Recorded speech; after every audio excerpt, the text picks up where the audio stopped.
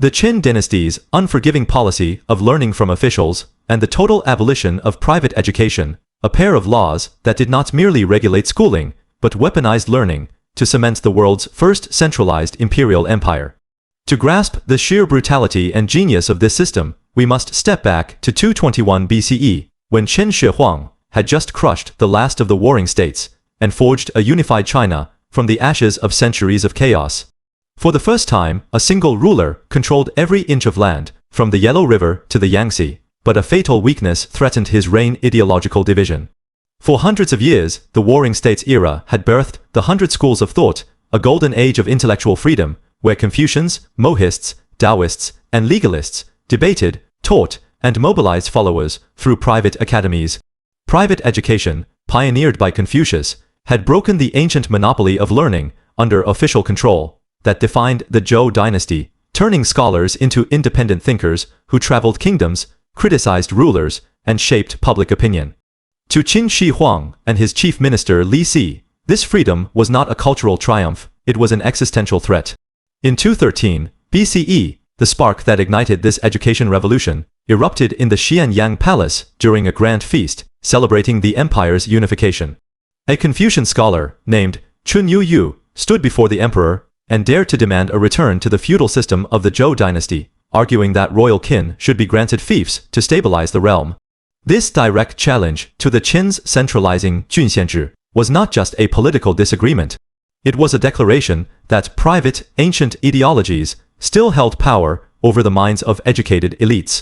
Li Si, the architect of Qin's legalist governance, saw this moment as the perfect excuse to destroy the root of all dissent: private schools. He delivered a searing memorial to the emperor, laying out the core problem. Private scholars used their teachings to criticize the present by glorifying the past, gathering followers to spread doubt about imperial laws, weaken the throne, authority, and form secret factions that could destabilize the unified state. Li Si's solution was ruthless and absolute: ban all private education, burn all non-legalist, non-official texts, and mandate that anyone seeking to learn must study only from government officials, learning from officials as the sole legal form of education. This was not a random crackdown. It was the logical culmination of legalist philosophy, which had guided Qin's rise for over a century. Legalists like Shan Yang and Han Fizi taught that a strong empire required absolute unity of thought, speech, and action. There could be no room for independent morality, independent scholarship, or independent teaching. The state alone must define right and wrong, knowledge and ignorance, loyalty and treason.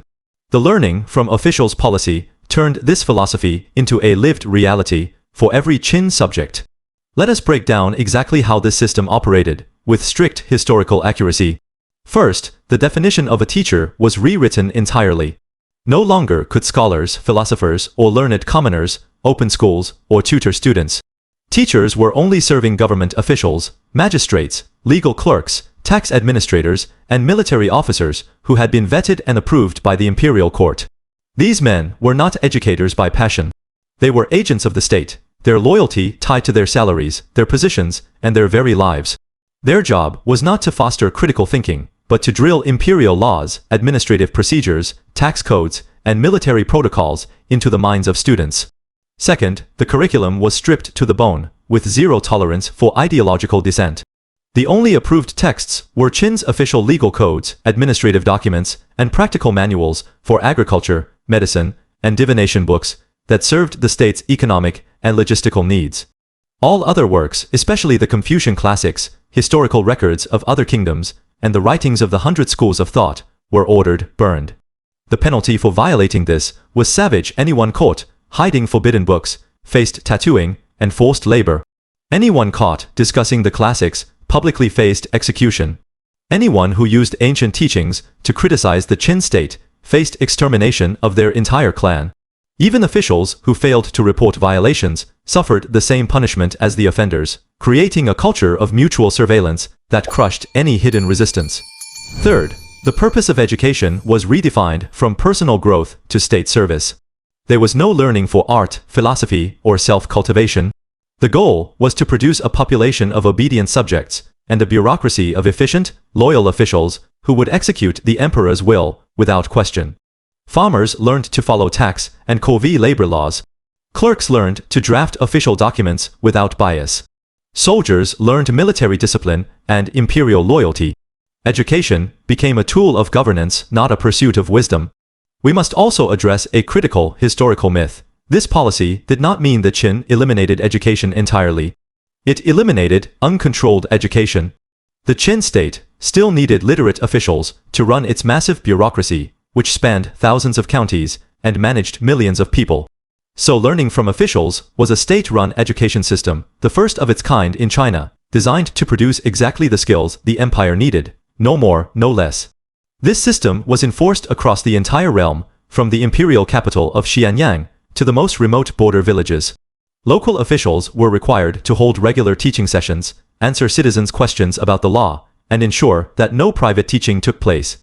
Archaeological finds, like the Shui Hudi, Qin, bamboo slips, confirm that legal knowledge was enforced at every level of society, with officials held responsible for making laws clear and accessible to the people on the state terms alone.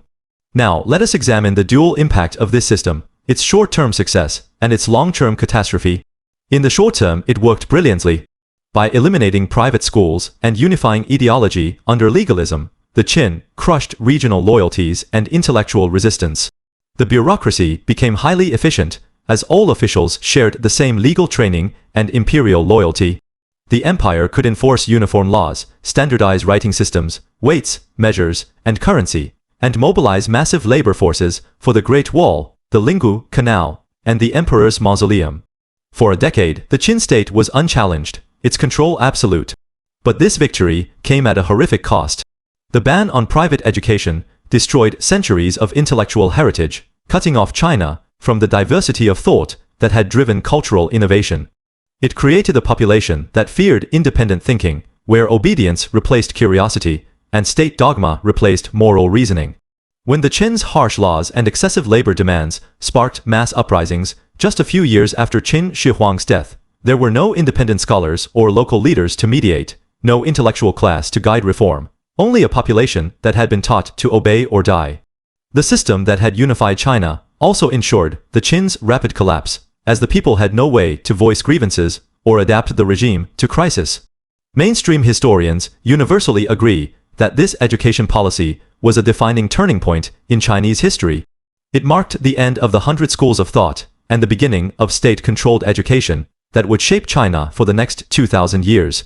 Later, dynasties would soften the Qin's brutality, replacing legalism with Confucianism as the official ideology, but they kept the core principle: the state controls education, and education serves the state. The Qin's learning from officials policy created a blueprint for ideological control that every subsequent Chinese empire would use, balancing state power with cultural stability. It also raises a timeless question that haunts democracies and autocracies alike. Can a nation survive without free thought, or is controlled learning a fatal poison that kills innovation and resilience? The Qin's answer was clear, and it cost them everything. This system was not just a set of laws. It was a battle for the soul of China. Qin Shi Huang and Li Si chose power over freedom, unity over diversity, and control over curiosity. They built an empire that looked unbreakable from the outside, but rotted from the inside, because it had destroyed the very thinkers who could have saved it. The story of learning from officials and the ban on private schools is not just a chapter in education history. It is a chilling lesson about the cost of absolute power, the danger of silencing dissent, and the fragile line between order and oppression. It reminds us that education is never neutral. It either frees the mind or chains it, and the Qin dynasty chose chains. If you enjoyed this journey into ancient China, hit like, drop a comment, and subscribe for more epic history. See you next time.